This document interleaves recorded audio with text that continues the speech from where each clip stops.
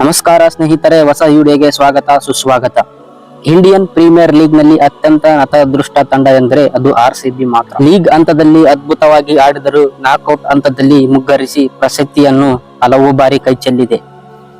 ಆದರೂ ಅಭಿಮಾನಿಗಳು ಮಾತ್ರ RCB ವರ್ಷದಿಂದ ವರ್ಷಕ್ಕೆ ಅಭಿಮಾನವನ್ನು ಹೆಚ್ಚಿಸಿಕೊಳ್ಳುತ್ತಲೇ ಬಂದಿದ್ದಾರೆ. ಈ ಸಲ ಕಪ್ ನಮ್ದೆ ಎನ್ನುವುದು RCBಯ ವಾಕ್ಯವಾಗಿದೆ. RCB ಅಭಿಮಾನಿಗಳು ಭರ್ಜರಿ 16 ವರ್ಷದಿಂದ ಒಂದೇ ಒಂದು ಕಪ್ಗಾಗಿ ಕಾಯುತ್ತಿದ್ದರು. ಕೊನೆಗೂ ಅಭಿಮಾನಿಗಳ ಕನಸು ನನಸಾಗಿದೆ. 16 ಸೀಸನ್ ನಿಂದ ಪುರುಷರು ಕಪ್ ಗೆಲ್ಲಲು ಸಾಧ್ಯವಾಗಿರಲಿಲ್ಲ. ಆದರೆ ಇದೀಗ ಕೇವಲ 2 ಸೀಸನ್ ನಲ್ಲಿ RCB ಮಹಿಳಾ ತಂಡ ಕಪ್ ಗೆದ್ದು ಕೊನೆಗೂ ಅಭಿಮಾನಿಗಳ ಆಸೆ ಈಡೇರಿಸಿದ್ದಾರೆ. ಇದೀಗ ಮಹಿಳಾ ತಂಡ RCB ಅಭಿಮಾನಿಗಳ ಕನಸನ್ನು ನನಸು ಮಾಡಿದೆ. ಈ ತಂಡದಿಂದಾದರೂ ಸ್ಫೂರ್ತಿ ಪಡೆದು ಪುರುಷರು ತಂಡ ಇದೇ ವರ್ಷ ಕಪ್ ಗೆಲ್ಲಲಿ ಎಂದು ಸಾಮಾಜಿಕ ಜಾಲತಾಣದಲ್ಲಿ ಅಭಿಮಾನಿಗಳು ಆಶಿಸುತ್ತಿದ್ದಾರೆ.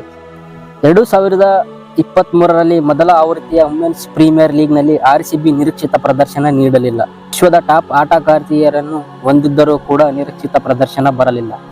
ಆಡಿದ 8 ಪಂದ್ಯಗಳಲ್ಲಿ 2 ಜಯ 6 ಸೋಲನ್ನು ಕಂಡಿದೆ. 2024ರಲ್ಲಿ RCB ಮೊದಲ 2 ಪಂದ್ಯಗಳನ್ನು ಅದ್ಭುತ ಗೆಲುವು ಸಾಧಿಸಿತು. ಆದರೆ ನಂತರದ 2 ಪಂದ್ಯಗಳನ್ನು ಸೋಲನ್ನು ಕಂಡಿತು.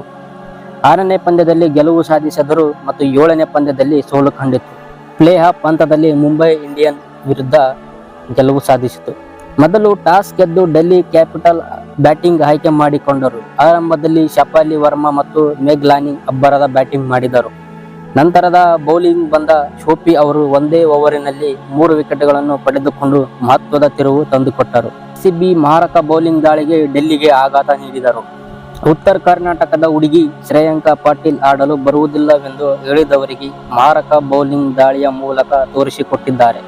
ಉತ್ತರ ಕರ್ನಾಟಕದ ಖಡಕ್ ರೊಟ್ಟಿ, ಎಣ್ಣೆಗಾಯಿ, ಶೇಂಗಾ ಚಟ್ನಿ ತಿಂದು ಬೆಳೆದ ಹುಡುಗಿಯ ದಾಳಿಗೆ ಡೆಲ್ಲಿ ತಂಡವು ತತ್ತರಿಸಿ ಹೋಗಿದೆ.